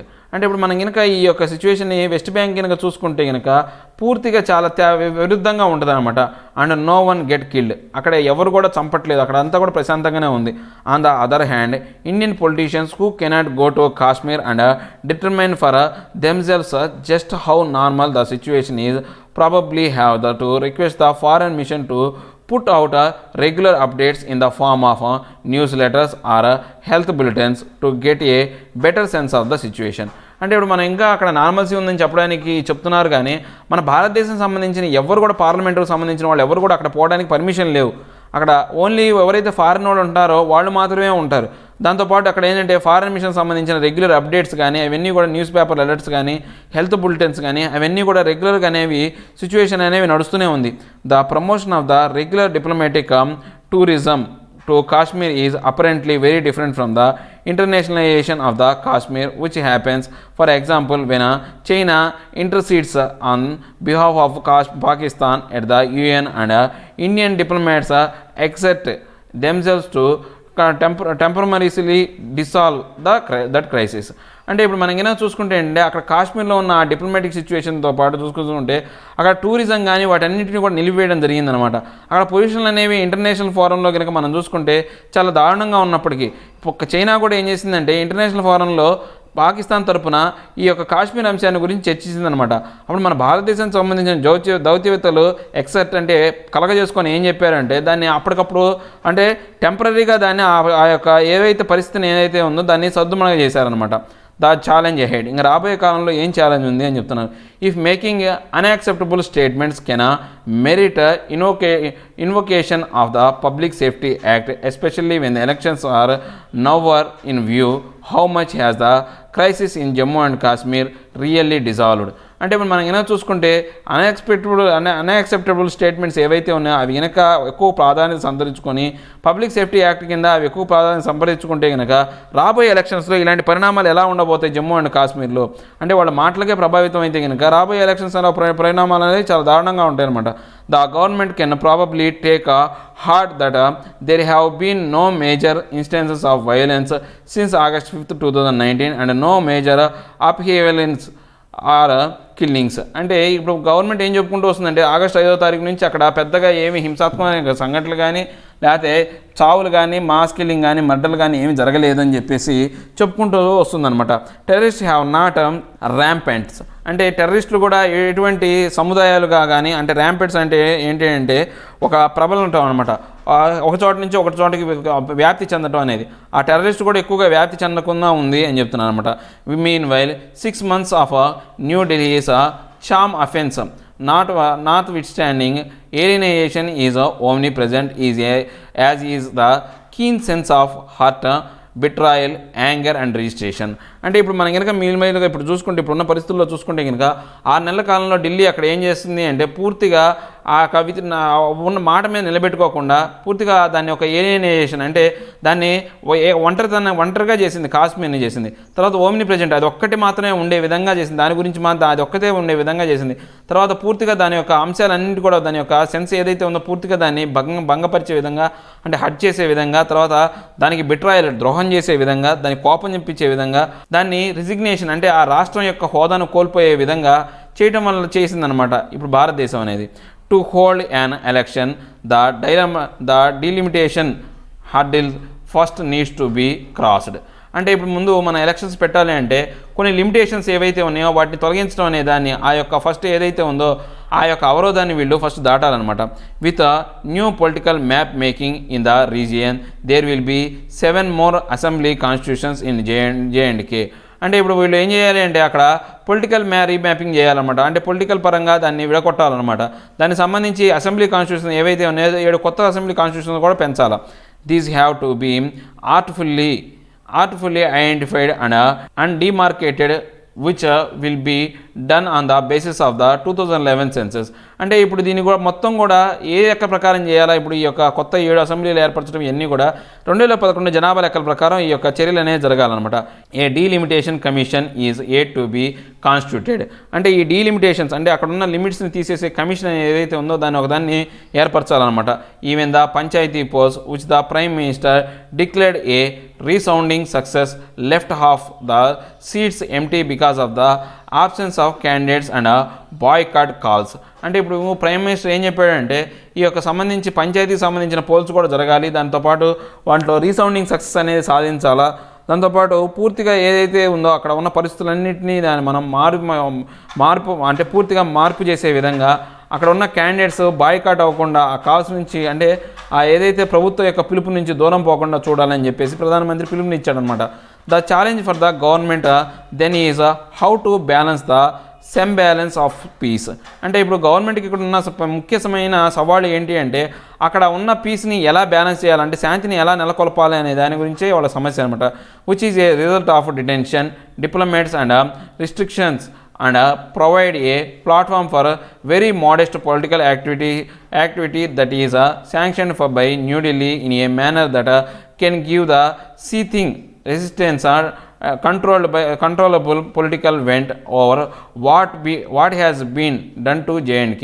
So ఈ యొక్క శాంతిని ఎలా నెలకొల్పాలో తెలియదు కాబట్టి అక్కడ డిటెన్షన్ కానీ అంటే నిర్బంధాలు కానీ తర్వాత రెస్ట్రిక్షన్స్ కానీ తర్వాత అక్కడ ఇంటర్నెట్ కట్ చేయటం తర్వాత ఇలాంటివన్నీ కూడా అక్కడ అంటే సీతింగ్ రిజనెంట్స్ అంటే రిజెంట్మెంట్స్ అంటే ఏంటంటే కొత్తలాడే ఆ కోపాన్ని కంట్రోల్ చేయడం కోసమే ఆ జమ్మూ కాశ్మీర్లో కంట్రోల్ చేయడం కోసం ఇలాంటి పనులన్నీ గవర్నమెంట్ చేసిందనమాట.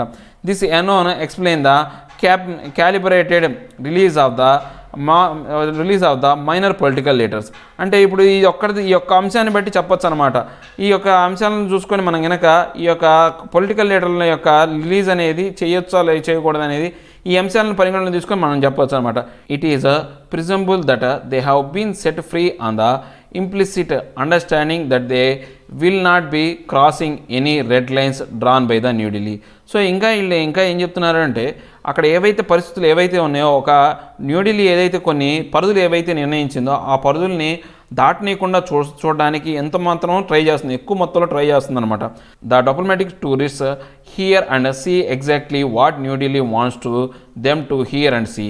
అంటే ఇప్పుడు డిప్లొమాటిక్ టూరిస్ట్స్ ఎవరైతే ఉన్నారో అంటే EU నుంచి వచ్చిన వాళ్ళు ఎవరైతే దౌత్యవేత్తలు ఎవరైతే ఉన్నారో ఆ టూరిస్టులు ఎవరైతే ఉన్నారో వాళ్ళు కరెక్ట్గా ఏం చూస్తున్నారు ఏం వింటున్నారు అంటే ఢిల్లీ ఏం చూపించాలనుకుంటుందో అదే చూస్తున్నారు, ఢిల్లీ ఏం వినిపించాలనుకుంటుందో అది మాత్రమే వింటున్నారు అనమాట. New Delhi's hope is that the local leaders of the PDP and NC come forward, give heft to the process and grow into major politicians. అంటే ఇప్పుడు న్యూఢిల్లీ యొక్క లక్ష్యం ఏంటి అంటే వాళ్ళ యొక్క కోరిక ఏంటి అంటే ఈ PDPకి NCకి సంబంధించిన లీడర్లు అందరూ కూడా ముందుకు వచ్చి వాళ్ళకి సపోర్ట్ చేస్తూ అక్కడ ఉన్న పొజిషన్ని మార్పు చేస్తూ పొలిటికల్గా వాళ్ళు ఎదగాలి అని న్యూఢిల్లీ అనుకుంటుంది. అంటే వీళ్ళకి అనుకూలంగా ఉండాలి, న్యూఢిల్లీకి అనుకూలంగా ఉండాలని వీళ్ళు భావిస్తున్నారు అనమాట. The expulsion of PDP politician can only be a marker for the inroads government agencies are making in signing on new political recruits. అంటే ఇప్పుడు మనం కనుక చూసుకుంటే ఈ పొలిటికల్ PDPకి సంబంధించిన ఈ పొలిటీషియన్ అని వాళ్ళందరినీ కూడా అక్కడి నుంచి తరిమివేయడానికి కారణం ఏంటి అంటే అక్కడ కొత్త పొలిటికల్ వ్యవస్థని అంటే కొత్త పొలిటికల్ విధానాన్ని కొత్త వాళ్ళని ఏర్పరచడం కోసం ఈ PDP అనేది యొక్క పార్టీ అనే దాన్ని పూర్తిగా నిర్మూలించడం జరుగుతుందన్నమాట. It is probably easier to alienate PDP politicians given the division already extant in that conglomeration, although it is odd that the politician associated with an anti-nation like Miss Mufti should escape that taint. అంటే ఇప్పుడు PDP party పొలిటీషియన్ని వాళ్ళందరినీ కూడా అక్కడి నుంచి తొలగించి అంటే వాళ్ళందరూ కూడా డివిజన్ విడగొట్టి ఏం చేశారంటే అక్కడ పూర్తిగా కొత్త పార్టీని కూడిక అంటే కాల్గమేషన్ అంటే కూడిక అనమాట, కొత్త వాళ్ళని ఏర్పరిచి దాంతోపాటు వీళ్ళేంటి ఈ మహమూదా ముఫ్తీ అనే ఆమె యాంటీ నేషన్ అంటే భారతదేశానికి వ్యతిరేకం అనే ఒక ముద్ర వేశారనమాట. ఆ ముద్రలోంచి కూడా ఆమె బయటపడాల్సిన అవసరం ఆమెకు ఉందన్నమాట. The continued detention of miss Mufti and mister Abdullah is being done with the intention of the starving them of the oxygen of following forcing upon them political atrophy and robbing them of the opportunity to clear the normalcy pitch. అంటే ఇప్పుడు ఈ మహబూబా ముఫ్తీని కానీ తర్వాత మహమ్మద్ అబ్దుల్లాని వీళ్ళందరినీ కూడా నిర్బంధానికి గురి చేయడానికి కారణం ఏంటంటే వాళ్ళ స్టార్వింగ్ అనమాట, వాళ్ళని పూర్తిగా ఏమీ లేకుండా చేయటం, పొలిటికల్గా వాళ్ళకి సంబంధించిన ఆ యొక్క వాటిని అన్నిటిని కూడా నాశనం చేసి వాటికి సంబంధించిన అవకాశాలన్నింటినీ వాళ్ళు కోల్పోయే విధంగా చేసి వాళ్ళకి రాజకీయ ప్రాబల్యం లేకుండా చేయడమే వీళ్ళ టార్గెట్ అనమాట. In Kashmir it could soon be argued that more things are normal the more abnormal they really are. అంటే ఇప్పుడు కాశ్మీర్లో ఇంకా రాబోయే కాలంలో చాలా పరిస్థితులు నార్మల్గా తయారవుతాయి అనమాట. కానీ అక్కడ చూసుకుంటే కనుక మోర్ అబ్నార్మల్ అంటే అసాధారణ పరిస్థితులు అనేవి రియల్గా అక్కడ ఉంటాయి, కానీ చెప్పడానికి మాత్రం ఇవి చాలా నార్మల్గా ఉన్నాయని చెప్తారనమాట. ఇవండి ఈరోజు నా 4 ఆర్టికల్స్. నా ఎక్స్ప్లెనేషన్ మీకు నచ్చినట్లయితే లైక్ చేయండి, షేర్ చేయండి, సబ్స్క్రైబ్ చేయడం మాత్రం మర్చిపోకండి. Thank you very much.